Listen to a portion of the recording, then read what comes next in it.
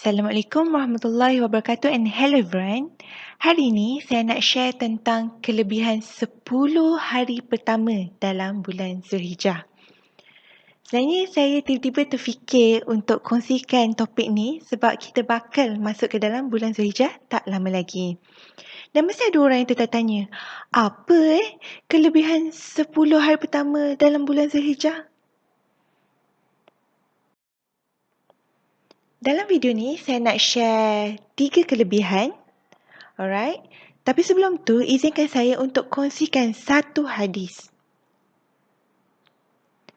Daripada Ibnu Abbas radhiyallahu anha, dia berkata, Rasulullah sallallahu alaihi wasallam bersabda, tiada hari-hari yang amalan soleh padanya paling Allah sukai melebihi 10 hari ini, yakni 10 hari awal Zulhijjah. Mereka bertanya, sekalipun jihad pada jalan Allah? Jawab Rasulullah sallallahu alaihi wasallam, sekalipun jihad pada jalan Allah, melainkan seorang lelaki yang keluar berjuang dengan diri dan hatinya dan tidak mendapat semua itu kembali walaupun sedikit. Yang bermaksud dia mati syahid. Hadis riwayat Al-Bukhari, Abu Daud, Ibnu Majah dan Al-Tirmizi.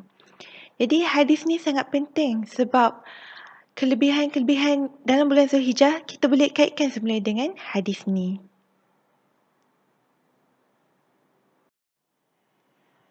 Okey, berdasarkan hadis tadi, kita tahu kelebihan pertama untuk 10 hari pertama dalam bulan Zulhijjah ni ialah ianya merupakan hari-hari yang paling disukai oleh Allah.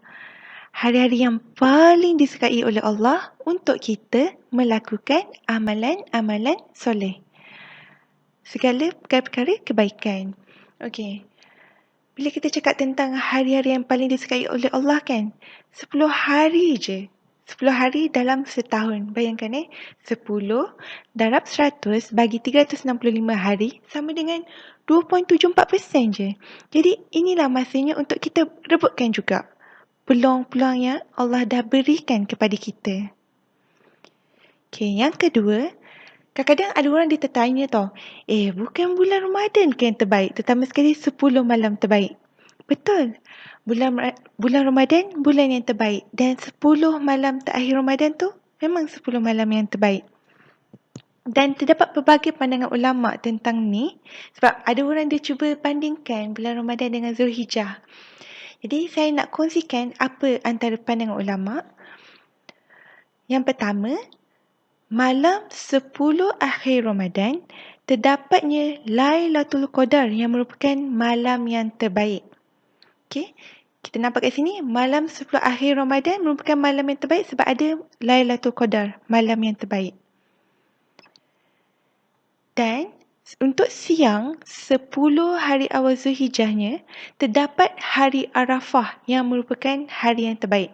Hari Arafah jatuh pada 9 Zulhijjah. Jadi kita nampak untuk bulan Ramadan memang bulan tu terbaik, tapi malamnya 10 malam terakhir tu malam yang terbaik.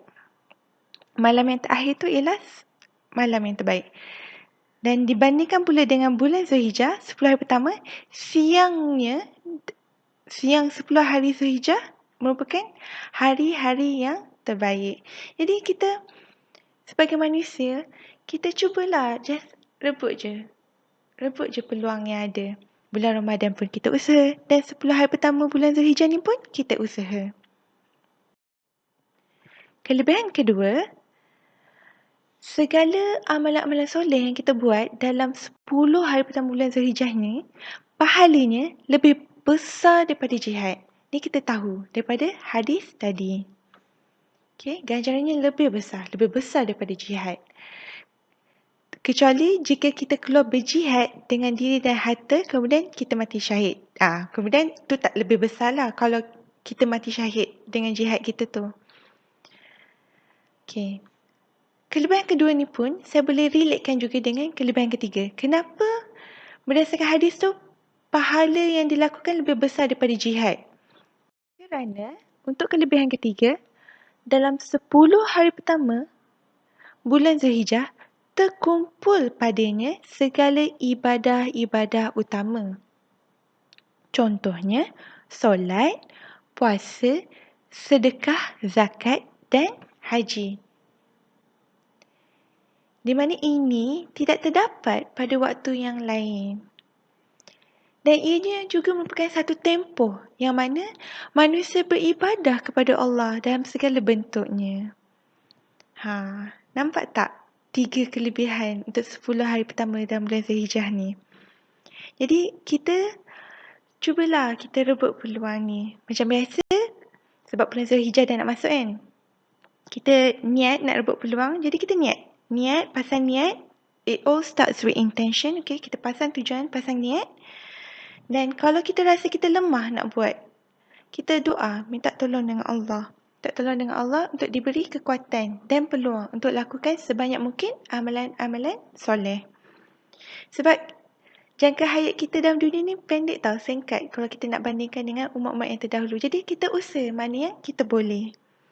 Dengan harapan supaya kita berjaya di akhirat nanti.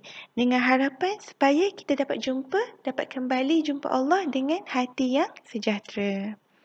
Dan itu saja perkongsian saya untuk hari ini. Thank you.